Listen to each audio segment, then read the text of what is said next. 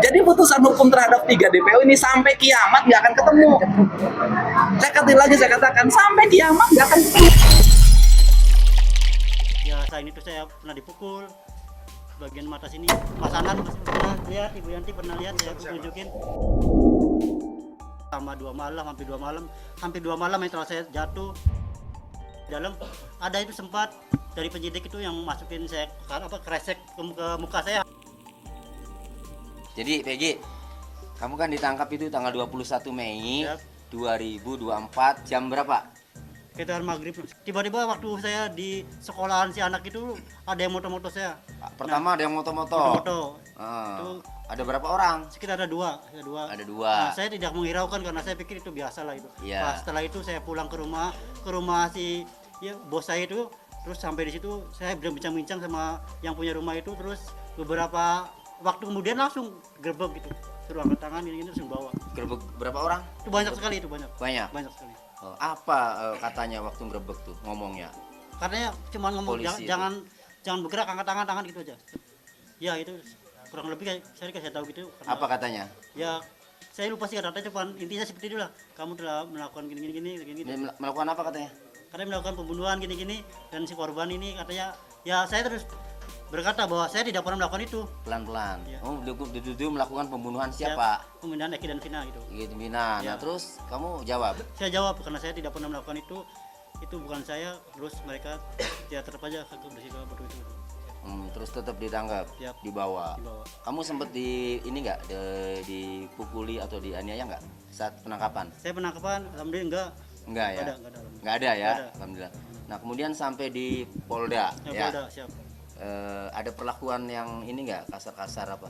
Ada semacam kata-kata kasar banyak sekali, ancaman-ancaman banyak sekali. Terus ya selain itu saya pernah dipukul bagian mata sini. Mas Anan masih pernah lihat, Ibu Yanti pernah lihat, saya tunjukin. Salah satu yang apa, penguasa gedung itu sepertinya itu. Yang Penguasa, ya. tahanan. Bukan, yang itu yang di penyidik, yang di daerah penyidik itu apa, yang ibaratnya yang penguasa apa, ibaratnya yang inilah polisi lah itu. Kenapa sampai dipukul waktu itu? Saya kurang tahu itu. Ya, Ya, mungkin artinya nanya dulu kah atau langsung mukul gimana? ya mereka bilang ya bahwa saya pembunuh gini. Ya, mereka bilang saya nggak punya hati nurani, yang melakukan saya gitu aja. Nah, kamu jawab, kamu nggak melakukan? Saya tidak menjawab karena saya merasa dia bersalah, saya diam aja.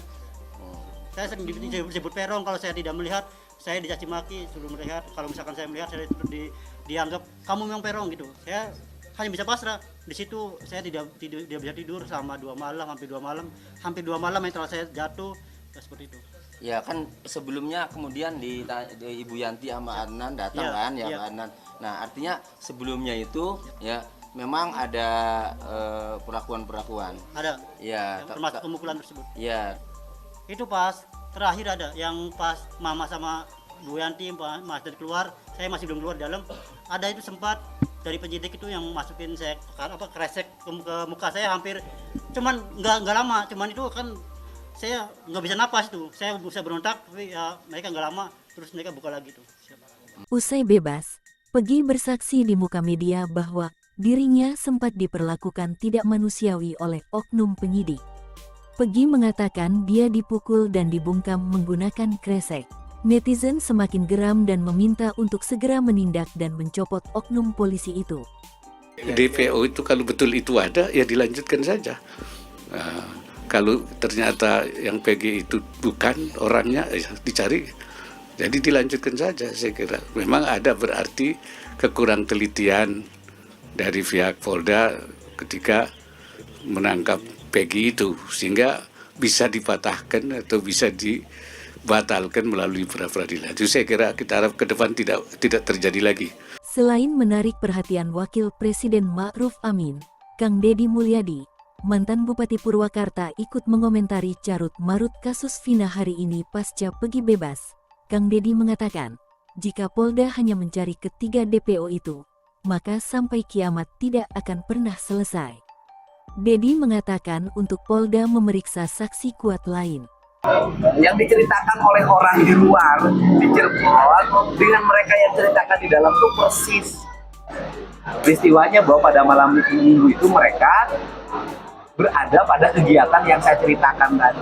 Kemudian untuk saksi Aep, Aep ini kalau sama mereka itu mungkin tahu muka, tapi bisa tahu nama satu-satu. Yang pertama.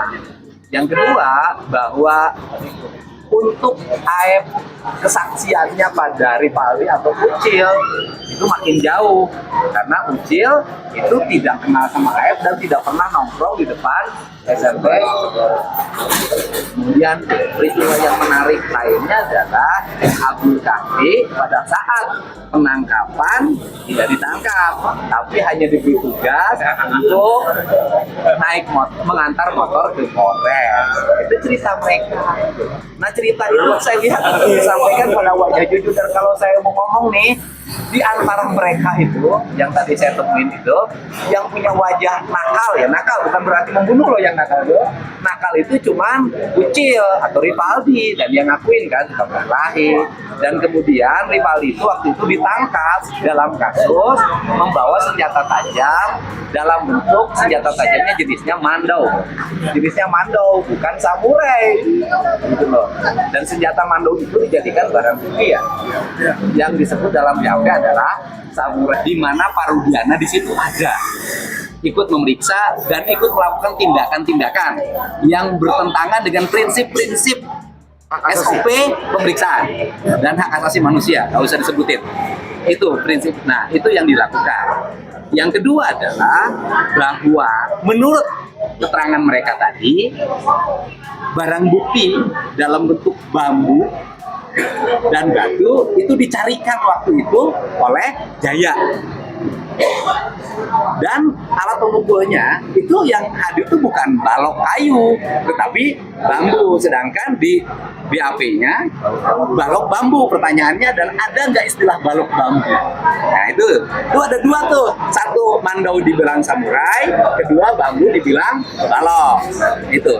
Kemudian yang ketiga, ini saya minta pada semua, mohon jangan dulu lagi mencari DPO namanya Peggy nyari Andi nyari Dani.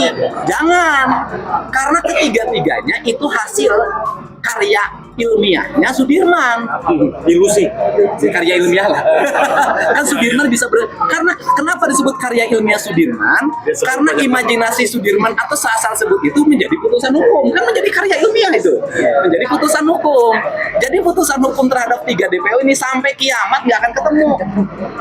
Saya katakan sampai kiamat nggak akan ketemu.